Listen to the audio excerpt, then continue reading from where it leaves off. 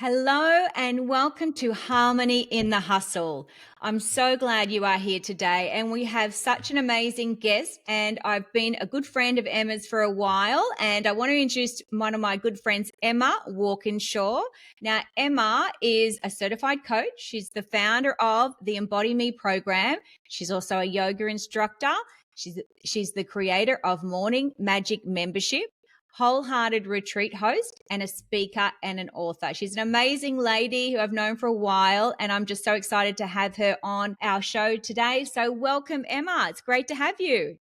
Hello, Angela. So wonderful to be here. Always great to chat to you. All things business and women in midlife. So I Yes. was very excited to be here today. Yes. And I know so many of my listeners are going to get a lot out of this because I've got a lot of women who are in their 40s and 50s. And I know a lot of the stuff that you're doing in your business and what I do in my business, it aligns, it's the same sort of thing. And I think that the more that we talk about body image and, our health and wellness and mental health and this whole new transition that we're all going through and the next chapter, the more that we talk about this and more that it helps so many women. So it's just great. I know that a lot of the listeners will really enjoy what we're about to talk about today. So it'll be awesome. Hey.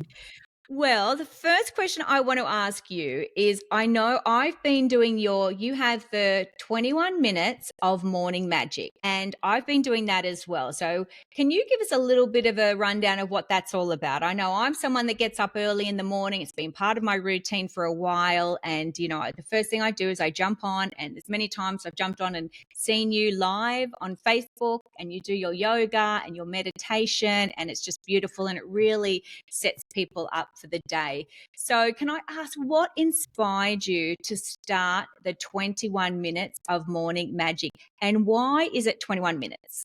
Yes, good question. So it started 4 years ago. Well, it's actually 2 years ago. So I need to reverse back. I'm saying 2 years, 4 years. 6 years ago, I opened a yoga studio and I Right. sold it 2 years ago. So for 4 years, I had a yoga studio. And it is that funny thing, the very thing you teach, you need to embody yourself. Yeah. And that was, I was running this very busy yoga studio, and it was Reformer Pilates.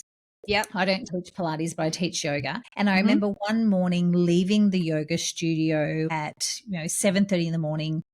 Had just taught 2 classes of yoga and thinking, my goodness, I need a morning practice because I'm waking up in the morning.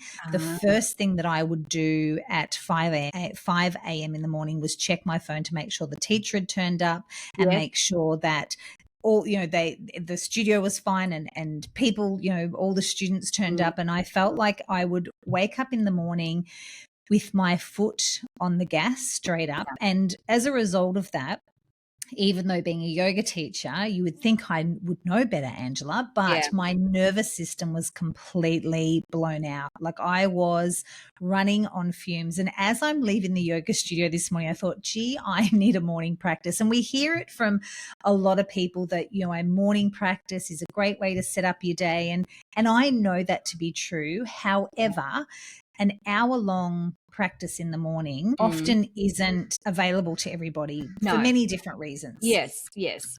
Also, you don't need it to be an hour. So as Sure. I'm leaving the yoga studio this morning, I thought to myself, I'm going to start just really simply. I love to meditate in the morning. Mhm. However, if I roll out of bed and I haven't slept well in Mm. this beautiful midlife stage, if I haven't slept well, if I Mm. start to try and meditate straight away, I fall asleep. Yes. So I've done that too. I understand that. Yeah. yeah, so I thought I know what I know about yoga. Yoga ignites our energy centers. Often, Mhm. if we have slept in the morning, maybe we've got a bit of a crick in the neck, it's really great to do a little bit of movement first. So I thought I'm going to start the morning with just 7 minutes of yoga.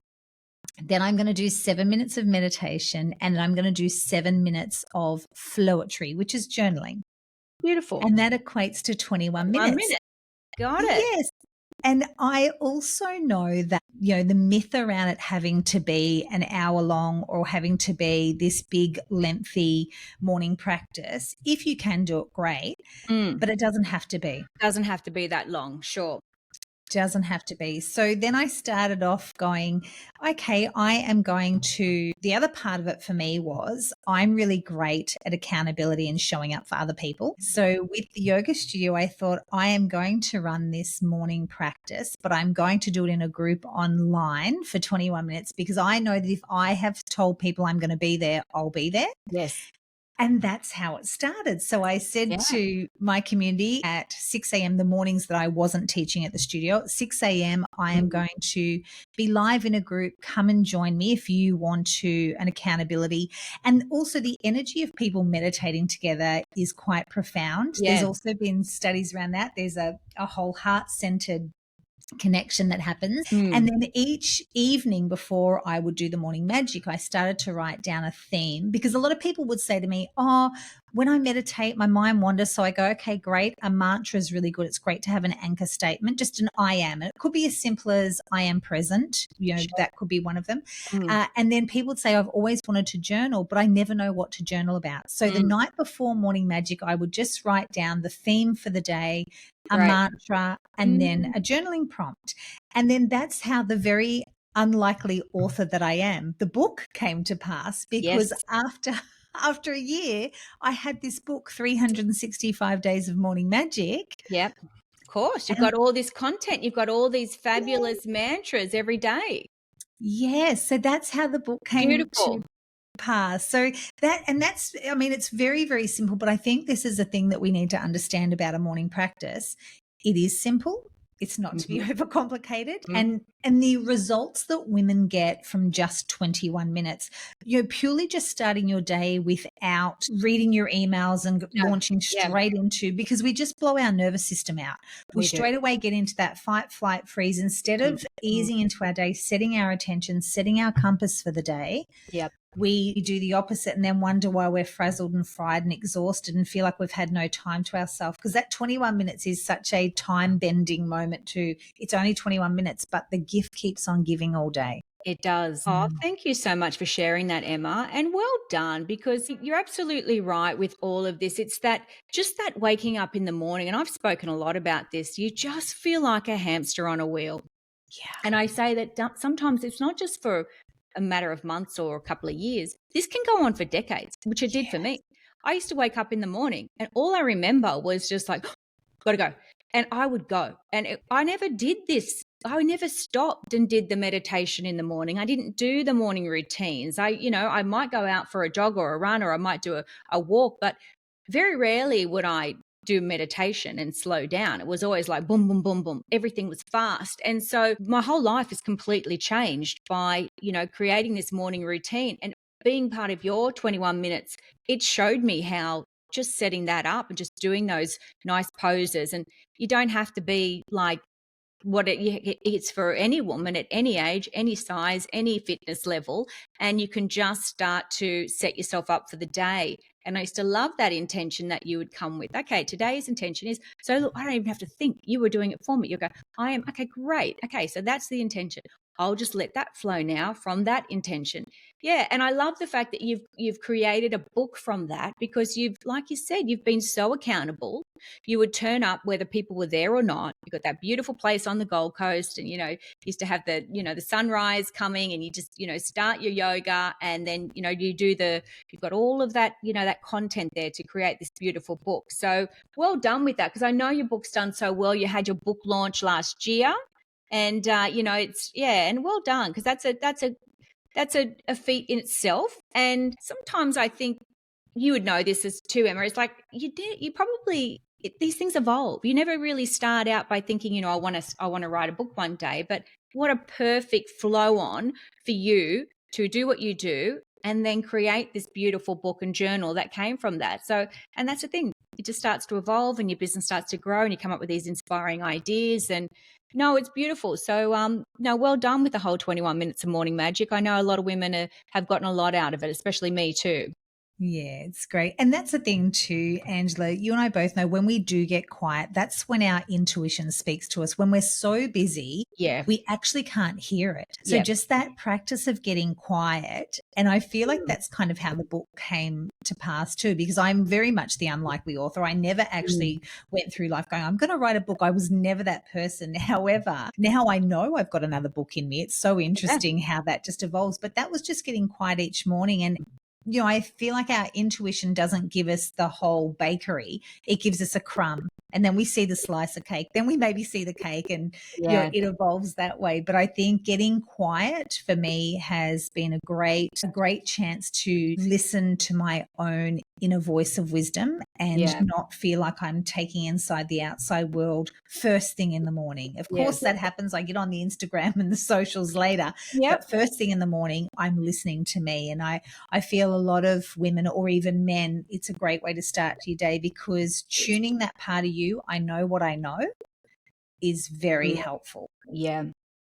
No, it's great. And I think also it's with us now in our 40s and 50s, I think it's more important than ever before. But then saying that, we also have a bit more time and freedom because we don't have the young kids that we have to get up, we have to get them dressed, we have to make sure they brush their teeth, pack their bags, around that. But that's why I really think it's also very encouraging for young women to hear this mantra because I didn't do it when my kid was young. And, my son also had ADHD. So it was like always like it was just mornings used to be crazy, right? It was a Yeah. big effort. And now I look at some of these young moms and I think it's really, really important for them maybe just to get out that little bit extra, like half an hour extra, have that time for yourself and do this like practice for yourself no matter what age you are, because with young kids, once the day starts, boom, it just goes and you can just completely lose yourself, and then next minute you got your butt on a seat at work and the whole day is like all over the place. So yeah, as important it is for us in this age group, I think it's very important still for the young ones with the young kids where they don't Yeah. have a bit more time. Yeah. And even some of the women that join, their kids join with them, which is great. Yeah, beautiful. So,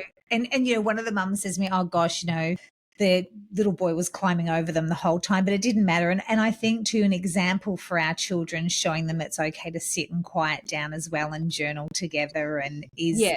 also great to show them, Mm. I often say actions, words don't teach, it's our actions with our children. So it's great for them to see it. Yes. Yeah. And I think also with setting an intention, like because when you do that, you're setting an intention for the day. And I've always said, your intention will determine your life. So everything you do, it's like if you need to be intentional, because otherwise you will just go with the flow of the day and the wind, like it doesn't matter. So if you can set your day up to be intentional and focused on something, it will definitely make life so much easier because it will put you in the flow and you become intentional, and then you just don't seem to be somebody that's like has all this sort of like problems occur because you've got your intention set and then you've got a bit more flow through the day. Do you find that as well? Your intention is like what will set you up for the day and just sets you up for your life. Yeah, without a doubt. And it does really set the compass. And if we like a little bit of woo-woo, then that we attract that in, because it's really easy to get into lack Mm-hmm. and to get into scarcity. Whereas if you've had a morning practice and you've had a little chance to journal and perhaps Mm. get a little bit of the trash out of your head and then reroute and look at whether it be appreciation or gratitude Mm. or even what am I actually going for, reaffirming that each day, because it's easy to set goals and then forget about them. Mm. We set them and then we go, oh, that's right, I had that goal, I forgot that. Yeah. But a morning practice reminds you each day, hang on a moment, what's important to me? And each one of the journal prompts, and I'll often say, if the journal prompt today doesn't work for you, just free write. There is so much power in free writing as well, because you're right, it helps you get It clear does. Yes. on what you want Yes. Yeah. and how you want to feel. I'll often ask the question, how do you want to feel today? We know that we can't control what's happening outside of us, but we do get to choose how we want to feel. Yes. And even just that intention in the morning, how do I want to feel today? Even if it's, I want to feel calm. Yeah. So even though when everything could be hitting the Chaos fan, around you. you go, hang on a moment, Yeah. I'm choosing to be calm today. I remember my mantra this morning, it was, I am calm. Mm. Or, even confident. I am confident. I am Confident. Beautiful. courageous. And that's just, Courageous. it can Love be it. as simple as that. that intention to remind yourself, hang on, this is how I'm going to feel today, no matter what. I am unshakable. And each day doing your practice, that's what builds that muscle. Mm, And we hear this all the time. And it's like when we go to the gym and we want to build muscle, mm. it doesn't happen once, it's repetition. And sometimes just small repetition. Look at your gorgeous morning practice in your sauna with your little hand weights. Yeah, That's what it is every day. every day. Every Yep. day. And it doesn't have to be for a long time. It's just every day. And then that muscle builds. And then you become quite unshakable Mm, because each morning you've set that intention. You've chosen how you want to feel. And yeah, mm. you're going to get the wobbles. Of course you are. Sure. Yeah. But Some days aren't going to be great, but yeah. yeah, The closer you are to being intentional and the closer you are to a routine, and once you set those habits, those daily habits, then the easier it becomes. yeah. And I love everything you're sharing here because, look, being vulnerable, I'll talk about a little bit about my whole body, image for me because, going through menopause, I had put on a lot of weight. I had like a lot of inflammation in my body. I had a lot of cortisol. I wasn't sleeping well. No matter what I did, I could not lose weight. So everything that I was used to doing didn't work anymore. A lot of women go through this in menopause and perimenopause. And I just thought, my body won't allow me to run anymore. It won't allow me to do this cardio and this. And I just didn't want to. So I think when I set this morning intention up to just say, okay, this is more about me and my mental health now. This is more about me slowing down and taking time. So then I just thought I'm going to go into doing these, this morning routine with you. And then I go into the sauna and I would just do hand weights, just light things. I'd do things like that. And I would stretch my body. And I would listen to a podcast and I'd do a meditation. And then I started to include some water. So I started going into the pool, it was cold, but it was like my version of a cold plunge. And then, but in that, before I even just started the day, by the time I got out, I felt great. And I thought, wow, if I can do this every day, and then everything started to change. I started to lose a bit more of that puffiness, that cortisol face you can get. The inflammation started to come out of my body. The stress started to sort of release and I was setting myself up. So I can't believe, 52 now, that it's taken me this long to kind of find a practice that has worked and that sets me up for the day. So I'm a big believer of it. And I think, do you find a lot of the women that you are, you've got your body love boot camp that you have, and I know you're so empowering to help women, accept their bodies and look after themselves and that type of thing. So talk to me a little bit about the body love boot camp, because I feel that like I said, we go through so much in menopause and perimenopause with our bodies and they don't function like they used to. We can't do what we used to do. Yeah. And, and now you're such an inspiration, empowerment for women. So talk to me about what you're finding with women through this stage and how you're helping them. Yes. So my Achilles heel my whole life has been my body and my perceived image about myself, which is you're a big girl. You've always been a big girl. You are overweight. Started diets. I think the first diet I went on was like 14 years age. I've done Jenny Craig weight, every single diet under the sun. Yeah. And then when I got to my late 30s, and Angela, it's one of those funny things. You look back and you go, goodness gracious, I wasn't a big girl. I was probably a mid-sized woman. Yeah, but this is the world that we live in, particularly Western women, white Western women who have grown up with the Dolly magazine, the Cleo, the Cosmopolitan, the Woman's Weekly, the New Idea. The diet culture has done an absolute number on us. It has. They have constantly told us that we are inadequate Yes. and that we are broken and we need fixing and we're never quite good enough. And then years of confusion, low fat, no fat, keto, paleo, Atkins diet, the list goes on. Our women who are listening, they go, oh gosh, I've been on every diet under the sun. Yep. Yeah. And that was my story up until my late 30s, early 40s, when I really started to wise up and go, I'm a smart woman. I'm a very smart woman. Yeah. How is it that I haven't been able to crack this code of the body? What is that? Why is it that I have tried every single thing under the sun and I just cannot get this under control? Sure. Let's call it. Yeah. The yo-yo dieting. And then and I started the 200-hour yoga teaching process because I was already a life coach then, but I knew that during my coaching and my group coaching with women, that there was a missing piece, and that was connection to the body. So now my methodology is very much around mindset, meditation, and movement. I feel like we can't have one without the other. And mine just happens to be yoga, but it can be any kind of movement at all, because emotion gets trapped in the body. Yes. And I also say we cannot punish ourselves thin. We cannot do, we have done so much. We can't shame ourselves thin. We can't punish ourselves thin. And that's been very much the diet culture.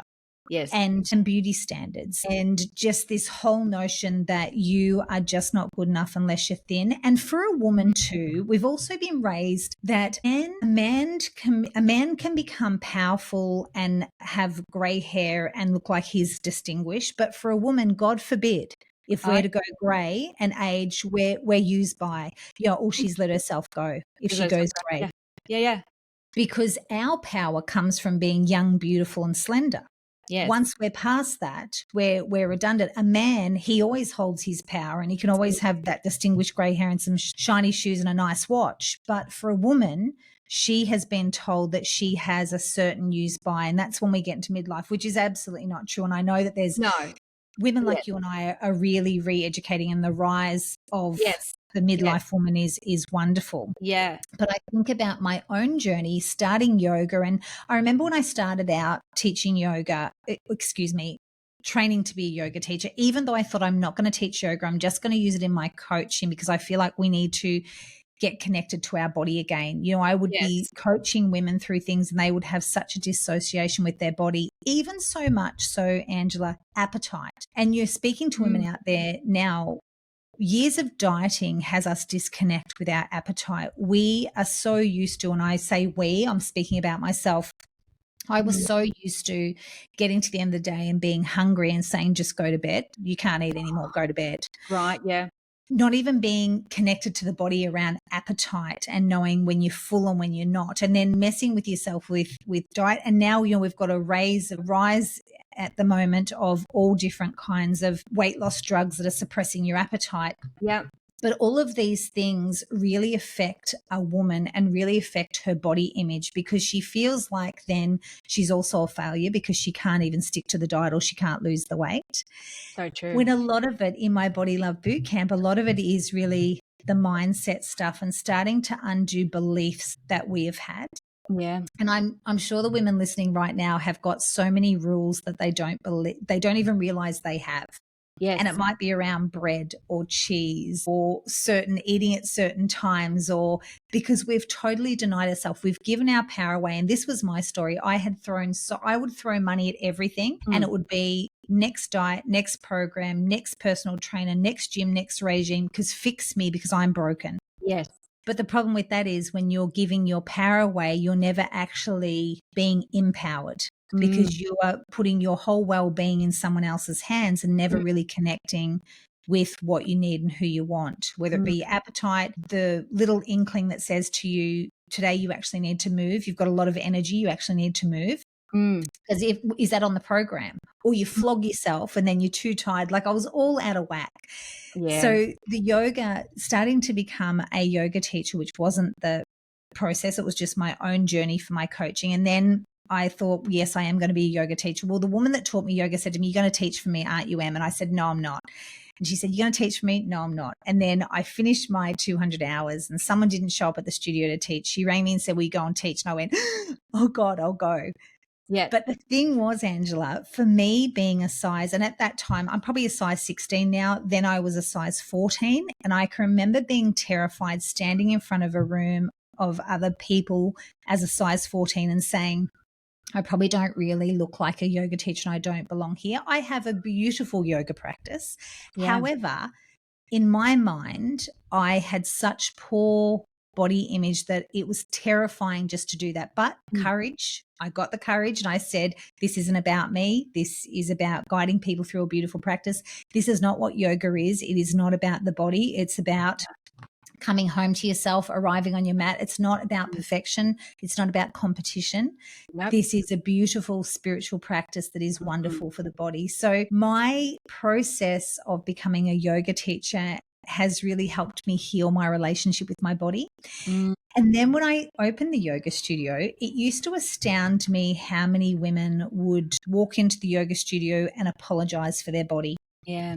Before we'd even started the class, I would hear things like, oh, I'm not really good at yoga, but I'm here. I'm not very flexible. I've put on a lot of weight. I'm this, I'm that. A lot of women just are constantly apologizing for their body. Bodies, yeah. Yeah. Like Yes, our, yes, it's beautiful. Everything you've just said is amazing, and I know so many people can relate to it no matter what size you are. And I think the work that you're doing, even just talking about it and the Body Love Boot Camp, you must see so many transformations and breakthroughs. And you're giving women permission to accept who they are. And we don't have to, I believe so much has changed too. So much hasn't, but so much has, right? yes, And I think that what you're doing and the approach that you're taking with all of it is very powerful because you're just talking about what you've been through, the whole process of all the diets. And like I said, it doesn't matter what size you are, you can still feel like, "Yeah, do I look fat in this? Do I feel like, mm, and just even that mindset of just feeling like you have to apologize. And I feel like so many women do that, and not just about their weight. Sorry for breathing. Sorry for being born. Sorry for yes, being here. Sorry for my hair's not. Sorry, I haven't got my makeup on today. Sorry, sorry, sorry, sorry. Right. And yes, the more that you hear that, it's like we've got to stop saying sorry. Sorry for all of it. Like, no, we just have to turn up and just here we are. But our first thought is stand there and apologize for something before we yes, start in front of people. And the reality is no one even saw it. No one was even thinking it. Everyone just saw you and was happy to see you and can't yes, wait for, to do what you do, teach the class. And no one's thinking any of this stuff, but in our heads, we're thinking, are they looking at, is it this, is it that, So I think as women, it's really, it's that self-awareness to stop apologizing for everything. And we yeah, all do it. And I think the more we do this sort of work and understand we all feel it, and we're all like got our own kind of, issues going on, like, self-esteem issues, self-worth issues. But the more you work on that and build that up, it's really important because I think we look at you, Emma, and I see you as such a confident, beautiful woman, such a kind person, kind-hearted, kind spirit, and intelligent businesswoman. Run yoga studios, have your own business, doing all these incredible things out there that nobody even sees that. But then again, that's this thing playing in the back of your head that it's really interesting that these stories we tell each other. And I think that's the sort of stuff that yoga helps you sort of stay calm, connect to yourself, and let a lot of that go. So yeah, yeah. yeah. It is a healing journey. And Angela, I don't believe I get a little bit, we hear lots about self-care and self-love. And I don't know, I'm certainly not at self-love, but what I am closer to these days is Mhm. self-respect. And I feel that's a great place to land because years of self-loathing, it's really hard to jump to self-love. It's a massive step. And it Mm, can be a bit, oh, self-love, just love yourself. And, for me, when people say that, it's like it's sure. really, How do you get there? Like, how how do do you, like, yes, yeah, exactly. we're not Tell grown me up how. to sort of be like that. But I think No, self-respect is a great place to start. And if you yeah. can teach your daughters self-respect as well. Yeah. And then, well, if we think about self respect, like what's the how of self respect? Your Mm, beautiful morning practice, seeing you in the sauna, in the pool, your weights, taking a walk, that's self respect. That's yes. not self love. When you respect yourself enough, Yeah, you're right. you will take care of her. Mm, It's almost like love's, love. Potentially, I hope one day that, I can arrive there and women can arrive there. mm, But I feel like self respect. And then the other new layer of self respect is for me self reliance. You rely on yourself, Emma, because years of giving away my power to diets and giving away my power to personal trainers and regimes and all this mm. business. No, Emma, no one is going to get your ass out of bed in the morning but you. So you rely on yourself. Rely on yourself. Yep. Yeah. I So I love feel that. like, So true. yeah. So for our women listening, if self love talk also gets you a little bit Yeah. annoyed, think about self respect and self reliance. And back to that morning practice, that is really self respect and self reliance. If I Mm, can take 21 minutes, 10 minutes, 5 minutes just for me in the morning mm. to think about my intention and how I want to feel, that's the first step to building a better relationship with yourself and your body. Yeah. And that's been a lot of my work, is helping women rebuild trust with themselves and their body again, Mm, because a lot of us have distrusted our body. And mm, particularly when we get to midlife, exactly mm. what you said, Angela, we're going through these changes. And here's where we're tested again, where we don't quite trust Test our it body, again. when this is a very normal thing that is happening. It Mm, doesn't feel great a lot of the time.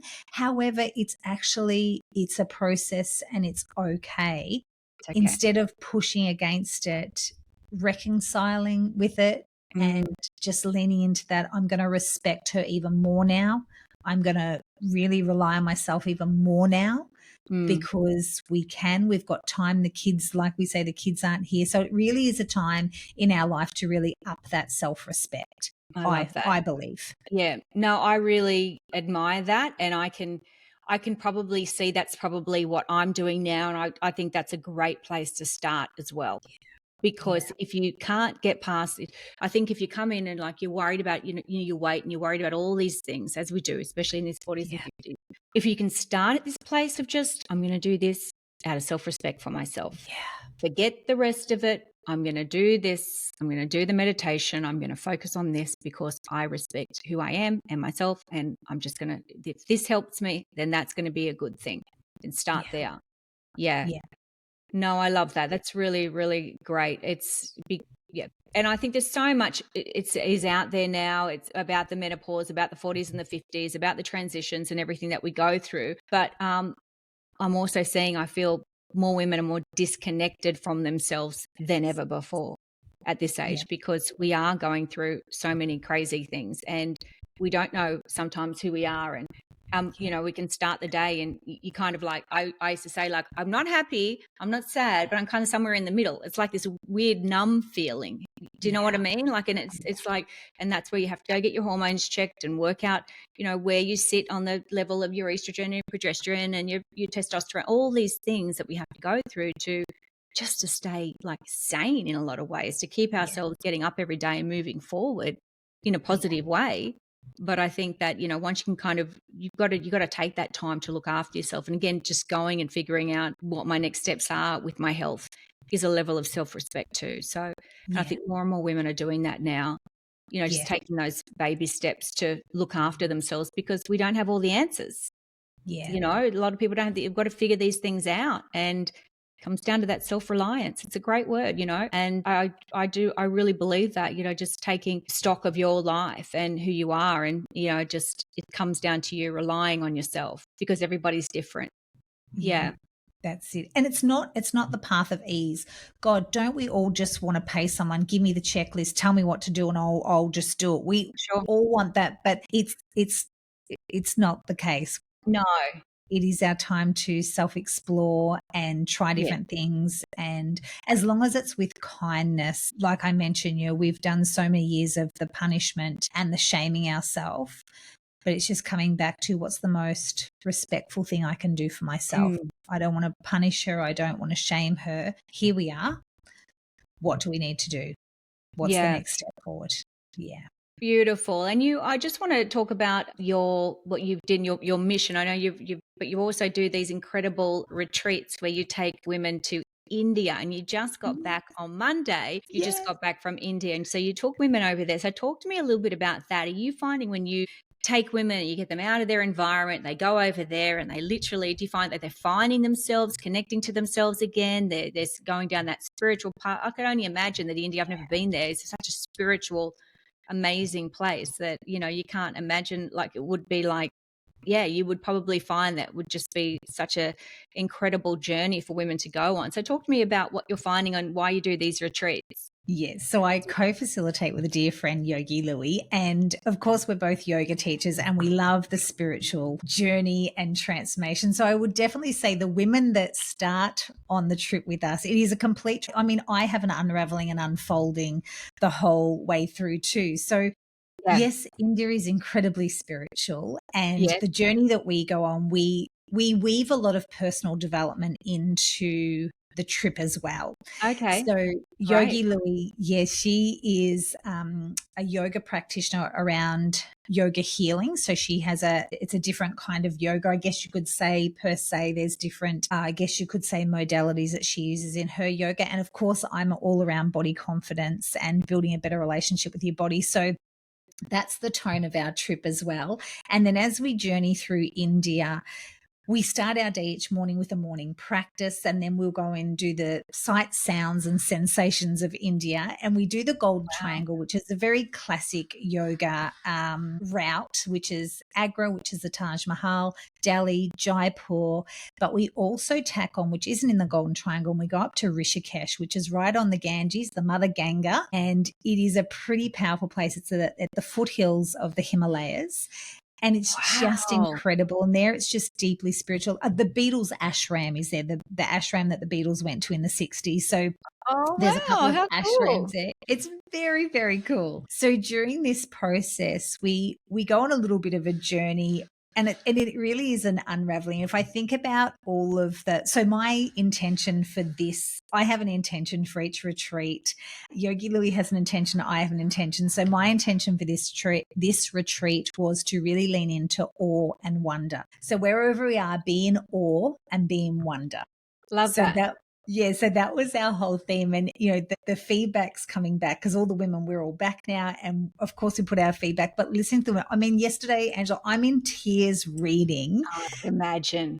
the shifts the women have had I and the can things that they learn about themselves. And if I talk about the woman that comes with us, she usually has the husband that has no desire to come to India. He's like, Sure. That's for you, darling. Go for it.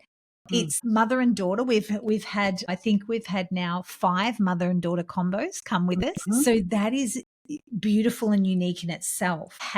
We talk a lot I don't know if you know, are you familiar with Joan Hardwick Collins' work, Harvest Woman? And she talks about the stages of women, which is the maiden, which is the woman in her 20s. So maiden is associated with spring and it's frivolous and fancy free. Then you go into mother, which is summer, and the mother is the engine room of life where you're chopping a lot of wood, carrying a lot of water, and it's like summer. It's the red lipstick, it's ovulation, it's vibrancy. And then you go into maga phase, which is you and I, which is the wise woman, and she's now in autumn. So she's got this wisdom and she's got this sturdiness, but she's not chopping wood and carrying water anymore, and she hasn't got the innocence of the maiden. And then you move into crone phase, which is, and it sounds terrible, crone phase, but wise woman, which is winter, the grandmother, the woman who then is there to listen and to hold space for everyone, but is rock solid.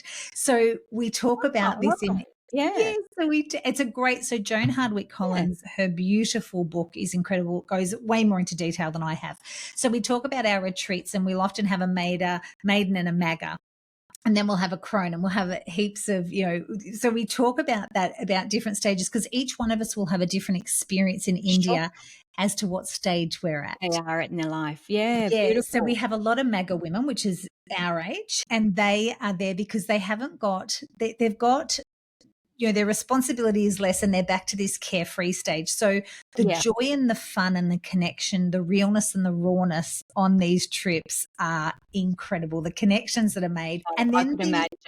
Yeah. Yes. And then the experiences that we have, it is just such a richness. These retreats, I always say we have a divine appointment, and each Beautiful woman divine appointment. I love that too. It's beautiful. that comes on this retreat, it's written in the stars. We're there for a reason. Yep. It's incredible. Yeah, they're ready for it. Yeah. And the unraveling and the unfolding happens on retreat. And, it was interesting, the women, I ran the body acceptance workshop, the little building a better relationship with our body. And it was funny how you alluded to this before, Angela, when you said all of us have got it. Doesn't matter what size you are. Yeah. Like, it's not just the bigger woman, the small, like all of us have got it. And we were there and we were just sharing a little bit about our body story and our belief systems. We were just everyone's got a body story. Yeah. And we were talking about the body, the body story, and 2 women were friends in the group, and one of them shared how she felt about her body, and the other one looked at her and cried and said, "Oh my God, I have known you for so long and never knew that you felt that about yourself." Yeah, right. Because we carry this silent torture and torment that we are constantly not enough, or our, it's our freckles, our bum's too big, our boobs are saggy, our nose, our, I don't know, whatever the body story is Yeah. that was often inserted when we were quite young. Yes. A question I love to ask women: were you given a nickname as a child about your body? Mm. Often we have been, and I tell my story. So my nickname as a child was given to me by my uncle, and it was Miss Piggy. And Oh, everyone always nice. goes, Nice. "Oh, Thanks, uncle. yeah, Miss Piggy." And years later, I questioned it, and I said to my auntie, I said, "Why did he call me Miss Piggy?" And she said, "Oh, when you were little, you had this beautiful blonde curly hair and you used to flick your hair. And at the time, I used to love to watch the Muppets, and Miss Mm. Piggy would always flick her hair." So he nicknamed me that. But me as a child, I thought, because I was a You little thought it was pig, a weight. little You thought it was fatty. a pig. Yep. And it was Yeah. the hair. It was the hair all along. Isn't And that I never, interesting? yeah, and I never knew that. So how many times has someone made a comment about our body, and we've taken it on one way, but it was actually intended in another? Yes. Yes. Yes. But we never clear that up, and we just No, carry that through our life. we have that story running in our heads all our lives. Yeah. So it's Yeah. the story. So you in our group on this beautiful retreat, as well as seeing India and experiencing the food and the culture and the chaotic messiness and the brightness and all that India has to offer, we're Yeah. going on this transformation while Wow. we're Going through it, yeah, retreating. and learning about yourself as you're going through it, and what a perfect place for all of that to unravel and to go through in a safe place, and women can talk about it. And Yeah. wow.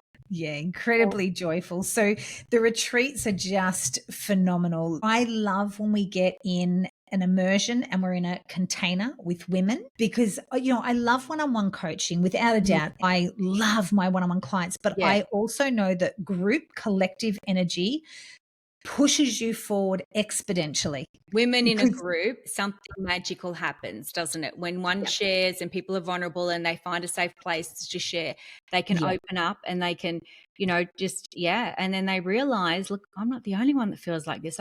Everybody's got something, yeah, yeah, and I think it's really interesting. And it's the family dynamics can be very interesting around weight as well. And I think, like you yes, said, you touched on the growing up as kids. And I think, Australian families, we all used to pick on each other. I don't know about you, but in our family, dad would say something, or, if you put on weight, my dad would just say, well, stop shoving food in your face and go for a jog. Like, that was all it was. Like, of course, that will solve everything. Stop eating and go for a jog. But, yeah, in a lot of ways he's right. But I mean, that's interesting. And I think, when I was putting on weight with the whole menopause thing, I remember my sister-in-law, who's fit as a fiddle, right? And never put on weight through menopause, and she's slim and she trains all the time. And I remember her saying, to my husband and I, like, you both put on weight over dinner one night. And I thought to myself, oh my God, I was so embarrassed. I thought, I know I've put on weight. Like, I think when people say to you, you've put on weight, my first thought was, don't you think I know that? yeah, Thanks for that. Like, I don't have a mirror at home. I know. I can see it. Like, I think you've got to be so careful by saying to someone, you put on weight, what is the intention behind that? Because, like, yourself when you've put on weight, don't you? You know that yeah, if you're not, you don't need someone telling you that. And it may not to be to sort of hurt somebody, but I think sometimes it's like, when you do talk about weight to someone, you've got to be careful, because it's like they have mirrors. yeah, They're putting their yeah, own pants on. They know yeah, that, where they are. They know where they sit. yeah. And I think it's about, being conscious of that, because, yeah. And like you said, all that stuff from the past and the kids and the comments and that, it just has an impact in your life. And Yeah, I do hope, Angela, that we can get to a point where people don't feel like they have to comment on your body. I no, really hope we can get to yeah, that place, because, and yeah, I feel like in a lot of ways, when we, particularly social media perpetuates this behavior too. If I see one more good photo, bad photo, one yeah. fat, skinny photo, look at me before, look at me now, the Mm, skinny photo, then the fat photo, the skinny sure. photo, the Yeah, fat photo. If I see one more of those, I will scream, because I think to myself, what about when you put on weight? Because it could happen. Are we going to see you fat and then you're skinny? Like, yeah. stop it. And I actually follow a woman who has had quite a lot of dramatic weight loss. Like, she's had a lot of weight loss. And I absolutely love her approach. And her podcast title was Ask Me Anything, Even About My Weight. Mm-hmm. She gets on the podcast and she says, actually, I'm not going to talk about my weight because it has absolutely nothing to do with what I do in business. So let's not talk about it because I've been every shape in my life. I've had 3 children. I could be bigger, I could be smaller. And the truth is, how I help women in business and how I work with people has got nothing to do with my body. So please don't ask me because I'm not going to talk about it because it's just irrelevant. Yeah. And I love that Love attitude. that. Love that. Isn't I that love that, brilliant? and I think also, even that now in businesses as we are, and they speak a lot about, oh, if you want to be successful in business online, it's about building your own personal brand. And what I love seeing more, and I do a lot more of that, and I love seeing women do it all the time, is like focus on your mindset. Like, okay, this is where I Yes. was. I was too scared to get on the stage. I was like, dying inside. And hey, look at me now. Now I still have nervousness and I still feel like this, but I pushed through so many of my things to get there. That's what we want to know. We don't care how, look, we don't care what size your pants are or size your dress is. We want to know what the battle you went through in here, the courage it took for you to get up there and empower yourself so you can stand there and make an impact in somebody's life. That's the stuff that's inspiring. Yeah. The weight Yeah. loss, sure, it's like inspiring too, but it's on a different level. It's more, we want to see more of how you've been able to change your life with your whole becoming the person you were meant to be, living your Yeah. full potential, rising Yeah. up to be this woman that you were destined to be, so you can lead and then you can also inspire others to do the same. That's the stuff I love seeing. And you don't even look at someone's weight. It's more about who they are and who they've become inside themselves because they've lived to their fullest potentials. Yeah. I think that's Absolutely. the difference. Yeah, because and I'll speak from my own experience, when your weight and the dieting and all the different yo-yos you've done in a life, and this is my own experience, it's not great when you do lose weight and people talk about it, and then when you put on weight people says nothing, because you just set yourself up for then this story, then that just becomes the focus and people want to talk about that with you because it's That's been right. such a thing that you've always talked about. I'm on a Yeah. diet, I can't do. And Yeah. there's a point where you just don't, it's a very private thing, and I just don't feel It as is. women it's helpful to talk about and comment on our No. bodies. Because like you said, Angela, don't you, when someone in the family says to you, you've put on weight, and you're going, yeah, don't you think I know that I'm Yeah. already in my own process here? I Yes. don't need to hear Yeah. that. Like you say, I'd rather them comment and say, gosh, Angela, isn't it wonderful? Your keynote speak, the books you've written, isn't Yeah. this wonderful? The change you're making in the world. It's got nothing to do with like you say, your pant size. It's Exactly. it's irrelevant. When are we going to stop that? Because all it does is it just keeps reinforcing, as a woman, unless you're thin, you are worth it and you're a success. If Mm. you're overweight, you've let yourself go, you're lazy, you da da da. When we know that it's a mindset thing and there's a whole other things going on there. Yeah. No, that's so true. And I think the more that we share this, the more you see women rising successful. And I see more of it now and I love it. It's because it's more of inspiration. It's this, they're empowering themselves to do great things in the world. And it's not about anything else. It's about what they're achieving Yeah. as a person Yeah. How they and the help growth. people. Yeah, and Yeah. how they help people, how they're of service, what they're manifesting into their life, the difference that they're doing. And, I just think that's just more of that sort of stuff we talk about, the better it is. But I am seeing a shift. I don't know about you, but I am seeing a shift in this culture, this body stuff. And I think body image, and I think it's almost like I talk about it too, this identity shift. It's a level of an identity shift now, and I think it's not necessary. It's about this whole health and wellness and this Pilates and this yoga and this calming and this alignment, more than this physical hardcore training and all of that. It's more of that calm alignment that people are searching for and looking for, and that allows them to be able to rise up to the person that they want to be. And then there's all those benefits that come with that. So yeah. No, but it's been a great chatting to you today, Emma. You just, you're really inspiration. I know you're doing so many incredible things for women out there and, really helping transform people's lives. I mean, one day I'd really love to get on one of your India tours of retreats. I definitely would do that at one point because I think that would be really inspirational and I'd love to, very powerful. So I'm going to look into that too. But thanks for everything that you're doing out there in the world for women, body image, yoga and just the whole, the calmness and everything in the alignment. So congratulations to you for all of that. Thank And I you. also want to ask you, how can people get in contact with you? Do you have any of your events coming up or any more of your retreats? Or I know maybe we'll put a link into the show notes as well. And I want people to actually, check out your 21 minutes of magic, morning magic as well. Maybe to come in and check that out. Yes, absolutely. So the best place probably to find me is Instagram, and it's Emma Walkinshaw, but I know you put the link in We're the going to show put all that notes. in the show notes too. Yeah. Yeah, tremendous. And yes, come and join 21 Minutes Morning Magic. The book Yep. too, you can practice with me and join the Morning Magic membership, or you can just get the book and practice yourself. Great. And I have got India. There is an India retreat.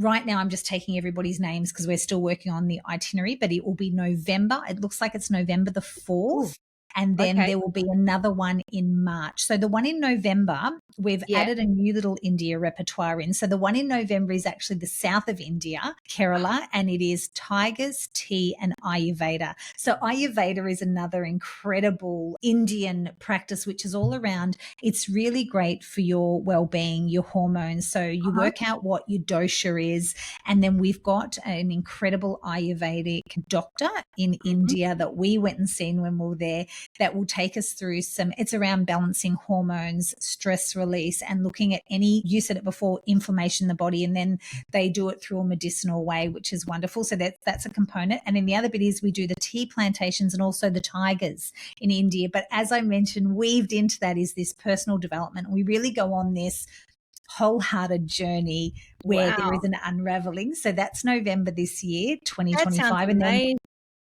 yeah, which will be wonderful. And then Yeah. March 2026 will be the Golden Triangle and Rishikesh Yep. again, and Jaipur, which is also incredible. So I saw some of your videos. It just looked magnificent. All of yeah, them do. So yeah. it How is. exciting. And I often say that India too, it's either a hell yes or it's a no. Yeah. Like it's very polarizing. Like you either feel drawn to it and called to it or you don't. Well, I think if you're going to do something like India, you're better off doing it in a group, Yes. something that's already been planned out and it's organized for you. You've thought ahead. You're taking them to all the best places. You're taking care of them. You're in a safe group. I think that's what I would prefer if I went to India or one of those places it's so big, like you don't know what to do there, So, and like you said, not necessarily your husband might want to go. So then if you go with the women, then you get the best of both worlds there, So Yeah, it's fabulous. brilliant. So yeah, so that's what I've got happening in India. And then, of course, my Embody Me program starts in April as well. So that's Great. coming. So check out the website and you'll see the details there. Yeah. Amazing. And I just really encourage women to jump onto these things and really, be a part of Emma's, programs and check them out because, she's doing such great things in the world. And if you do have this, we all do, like I said, it doesn't matter. You got these, these whole story going on with your health and your body and your body image and, you're wanting to come back to yourself. You're just such a beautiful, calming person and, you're full of alignment and you just, spread so much joy and hope. And I think that, women can really benefit a lot from being a part of your program. So thank you again to have you on the show. It's been amazing. I know that the audience will love this and will get so much out of it. I know I did. So thanks again, Emma, and you take care and I'll speak to you soon. Thanks for everyone being on the show today. We'll see you next time in Harmony in the Hustle. Bye for now.